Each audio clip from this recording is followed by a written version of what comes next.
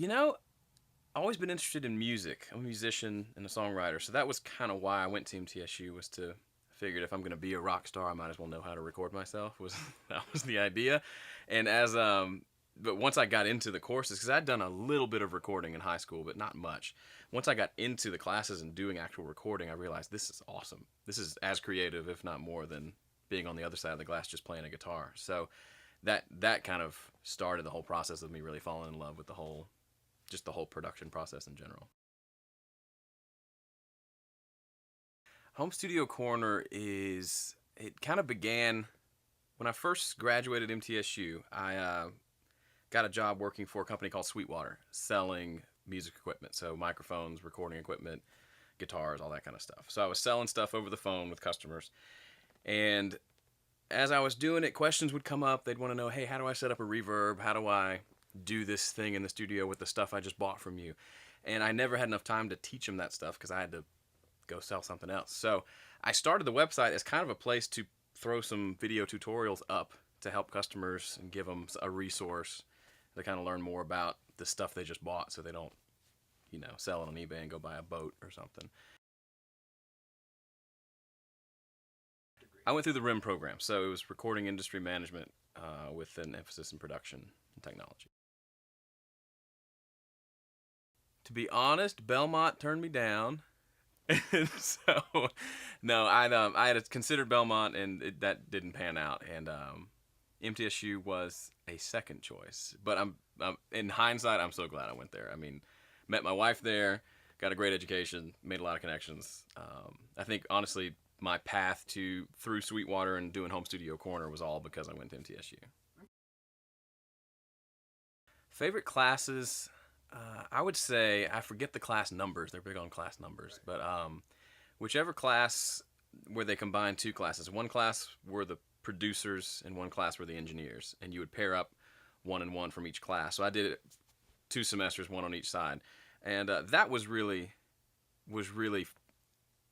it was fun, but it was also I learned a lot through those classes because you were kind of playing that role and really what does it mean to be a producer on a project, what does it mean to be the engineer, and how do you work together and all that stuff because you both want to get an A by the end of it. As far as professors that really stick out to me, two come to mind.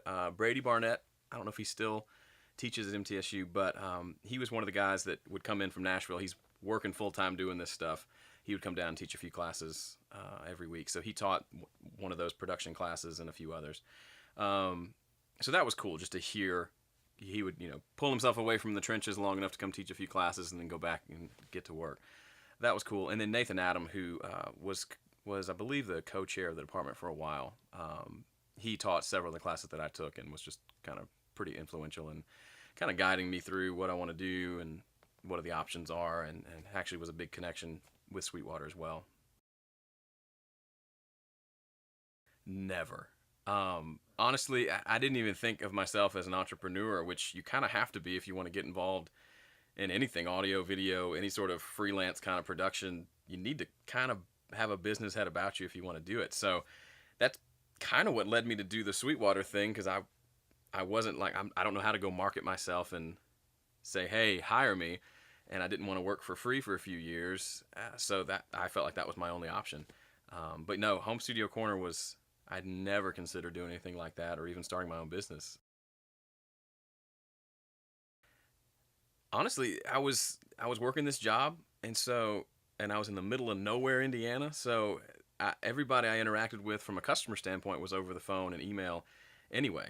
And it just seemed I got into I had blogged before, kind of on a personal side of things, and I'd done different projects like that, so a little bit of podcasting for music stuff. So I'd tinkered with online something, and I just came across a lot of online blogs mostly about blogging and internet business and things like that really just resonated with me. I thought, hey, this is a great way to connect with a ton of people, and the barriers to entry are pretty much nothing. You spend less than $100 to put a website up, and the rest you can do from your computer at home. So for me, there was a almost limitless reach to the people I could reach and connect with, and the cost to do it was pretty much nothing.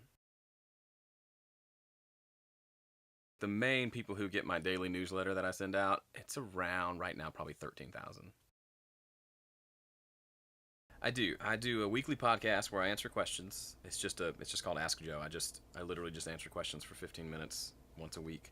And I do, for the longest time, all I did were screen capture videos. So they see my screen and hear my voice, and I show them something on the screen, which is probably the more valuable thing to do. But the last few months, I've been doing camera videos where I literally, just like we're doing, I set up a camera, sit in the studio, and talk about some topic that relates to home recording for just a couple minutes, maybe 2-3 minutes. And those have gotten a big response too, because the technical stuff people like, but they also need a kind of a kick in the pants to get in there and do the work too. Because one thing I find is my audience is very kind of, I've niched down to, this is people who do recording in a home studio and generally are doing it as a hobby on the side. So for them, time is a big issue. So I focus a lot on how to make time for your studio, how to get the most out of the time that you do have, because they all have day jobs and kids and things like that. So when they're in the studio, I kind of help them get their heads around how to get the most out of it.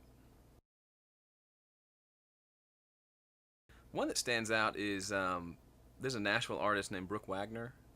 She's a great artist, but she also is a producer, and she's played and toured with Jack White, and she's got her own solo album stuff that she does. It's all over Lightning 100. So she hired me to engineer and mix a record for a artist out of LA that she was producing. So that ended up being a fun project because we did everything, almost everything out of home studios because it was kind of a lower budget deal. So we did drums and piano at a friend's studio, and then we did things like trumpet and clarinet at my place, and then we did vocals at her house, and it was just a very kind of a cool, really organic, stripped down kind of project. But it was a lot of fun to do. Yeah, more specifically, I never thought I would get client business through this. I thought I would just help people and they would go do their own thing. But I found that by helping them and teaching them, I'm demonstrating that I know what I'm doing. And I get, like right now, I've got 4 or 5 projects that I'm working on this month from people who are customers of mine who have learned from me, but they're not to the point where they feel confident, say, mixing their own album, so they're hiring me to do that. Most of the work I do is not local. I've got an EP for a guy in Finland who, it sounds kind of like Sum 41. Like, it's just this crazy, another couple's in New England, I'm doing a record for them. I do some local, but it's just because of the reach of the internet, like I said before. I do work for people all over. As long as they have internet and a Dropbox account, I can work with them. So it's pretty cool. Some of the myths about being an entrepreneur in audio or starting your own business. I think one of the first is business is not a bad word. It's okay to make money doing this. You're offering a service to help people that can't do the thing that you do. You've developed a skill set, be it recording a really good sounding acoustic guitar or completely doing a full production on an album for a full band. You have a skill set that people will pay you to do. So I think a lot of people, they want to learn the skills and then they just want to sit there, wait for somebody to come say, hey, can I give you some money? And they don't want to put themselves out there. So I think you have to, at least on some level, be a salesman. You have to be able to get out there and interact with people and let them know what you do, because they're not going to come asking you usually. You've got to demonstrate your expertise.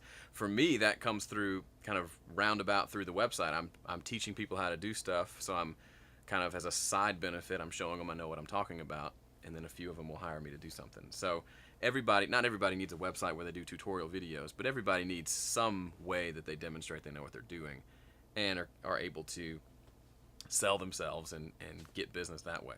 That's one of the big benefits I got from working in sales at Sweetwater, was I had to sell stuff, and I had to get over the salesmen are evil mentality and realize I'm helping people and they're going to pay me to help them, and it's a good thing. Another myth I would say is that you have to have the best of the best equipment before you ever get started.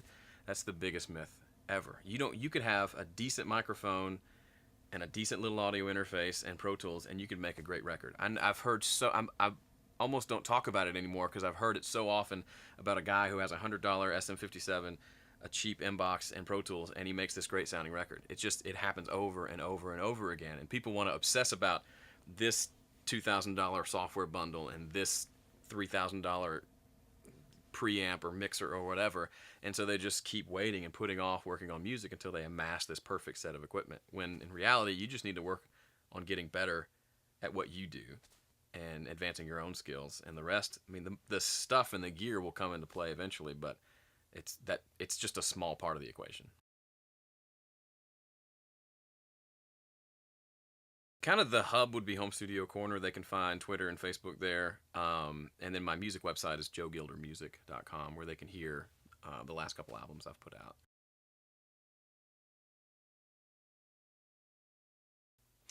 Yes. That was fun.